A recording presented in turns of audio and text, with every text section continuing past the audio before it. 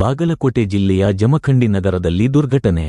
ಆನೆಕೆರೆಯಲ್ಲಿ ವ್ಯಕ್ತಿಯೋರ್ವನು ಮುಳುಗಿ ಸಾವನ್ನಪ್ಪಿರುವ ಘಟನೆ ನಡೆದಿದೆ. ಆತ್ಮಹತ್ಯೆ ಶಂಕೆ ವ್ಯಕ್ತವಾಗಿದ್ದು, ಶೋಧ ಕಾರ್ಯಾಚರಣೆಯ ಬಳಿಕ ಮೃತದೇಹ ಪತ್ತೆಯಾಗಿದೆ.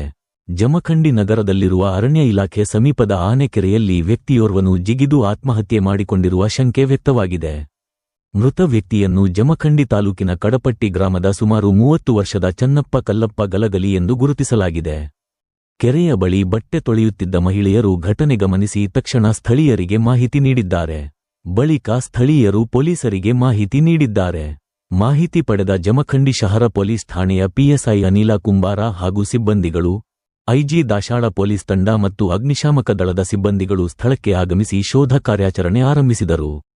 ಸುಮಾರು 1 ಗಂಟೆಯ ಶೋಧ ಕಾರ್ಯಾಚರಣೆಯ ಬಳಿಕ ಮೃತದೇಹ ಪತ್ತೆಯಾಗಿದ್ದು, ಶವಪರೀಕ್ಷೆಗಾಗಿ ಜಮಖಂಡಿ ಸರ್ಕಾರಿ ಸಾರ್ವಜನಿಕ ಆಸ್ಪತ್ರೆಗೆ ರವಾನಿಸಲಾಗಿದೆ. ಘಟನೆಯ ಕುರಿತು ಇನ್ನಷ್ಟು ವಿವರಗಳು ತಿಳಿದು ಬರಬೇಕಿದ್ದು, ಪೊಲೀಸರು ತನಿಖೆ ಮುಂದುವರಿಸಿದ್ದಾರೆ.